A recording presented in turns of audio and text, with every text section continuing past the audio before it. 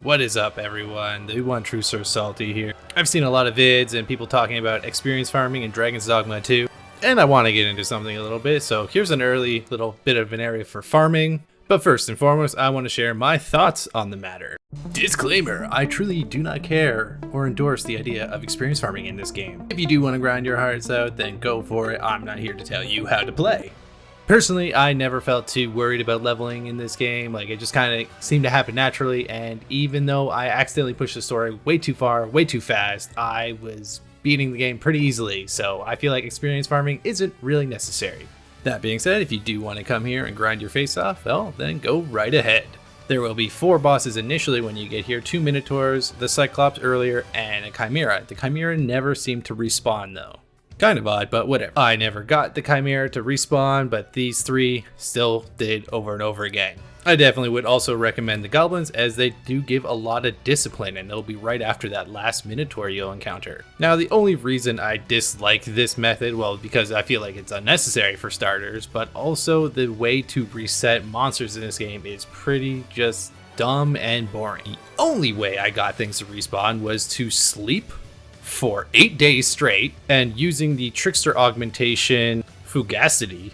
Yeah, pretty sure I got that one right. Fugacity helps prevent monsters from destroying your camping gear, and even returning to the title screen is the only way to get these guys to respawn, which is pretty ridiculous and boring. But if I'm going to talk about it, I'm going to talk about it right. And if you're going to do some XP farming and just really go for XP farming, then you're going to need the Medusa bow. In the southern area of Battahl region, just on your way to the Dragon Breath Shrine, you'll find a little cave, and yep, there's a Medusa in there. And you've probably seen guides on how to cut off her head or turn her to stone, and yeah, you can do all kinds of that. The main thing, you want her dead because you want that sweet bow, and try not to get thrown off too much. Bring some high slashing damage, cold damage as well if need be, as you can decapitate her very easily and get her head. Or if you're a leveling fighter at the time like I am, that you probably won't be able to get the job done fast enough. Also, she just keeps throwing you off.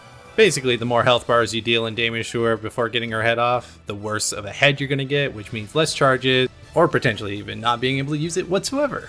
Okay, before I go into anything further, I wanted to show you the fruits of getting the bow off of the Medusa. The bow itself is very strong.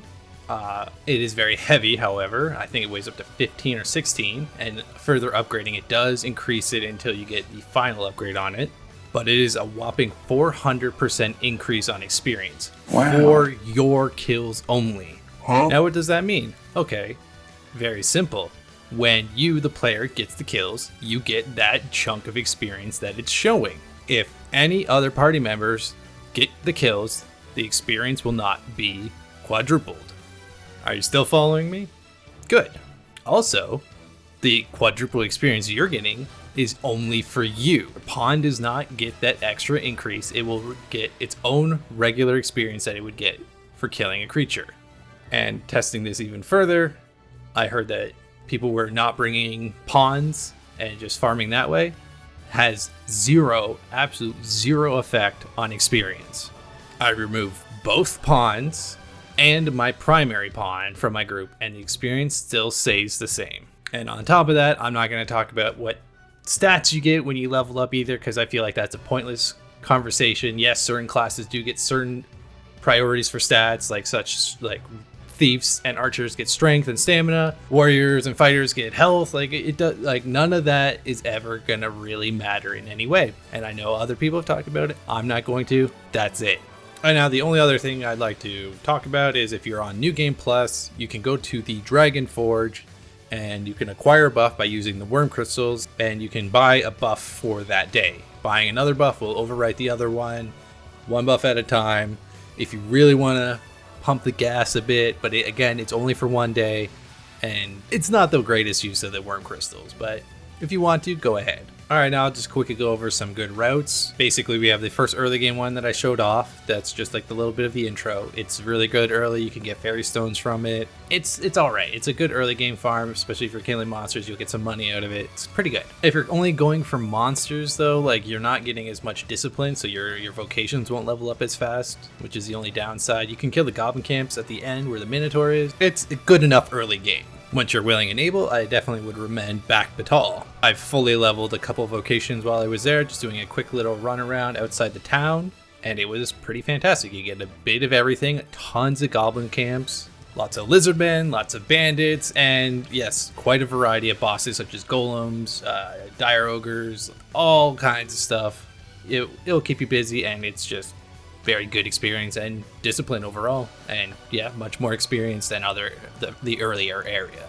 I usually just head west out of the town and kind of just do some laps in the general area, maybe make my way south towards the Dragon Breath Shrine and maybe do the climb there. And then once I make the climb, I usually just ferry stone back, chill at the inn, and rest for several days and go back to the title screen, like I said, for spawning monsters back. However, if you're feeling a bit spicier, I definitely recommend the Volcanic region. The first settlement where the spa is fantastic, as you have 3 choices of paths to go to, all of which have alternate loops. So you go up one path and then you come down another path, and each path is usually quite filled with monsters. I like the northern path because you have 3 different ways to go up both sides of mountains as well as down the middle.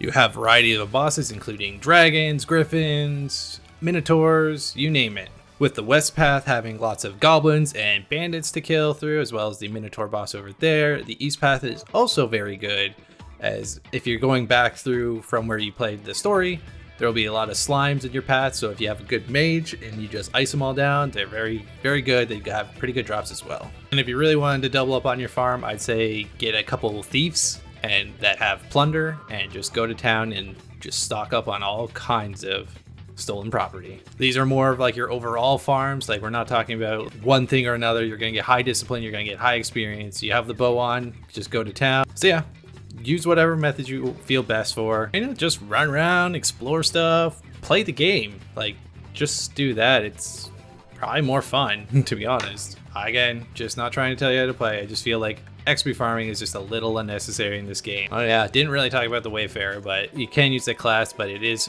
like very split with how you're going to do things. Discipline will be split 50% down the middle, split between all current vocations unlocked, regardless if they're maxed or not. So just be warned that it's going to be a slow process if you're going to level everything that way. Yeah, there's my talk about experience. Go nuts, have fun. Use it or lose it. If you got some tips or tricks that I didn't know about, let me know in the comments down below, or just say how good of a job I did at this. At least a 6 or 7, right? Anyways, thank you for watching. Please like and subscribe. I got more weekly content on the way. Probably getting back to some Baldur's Gate stuff as well. Anyways, catch you on the next one.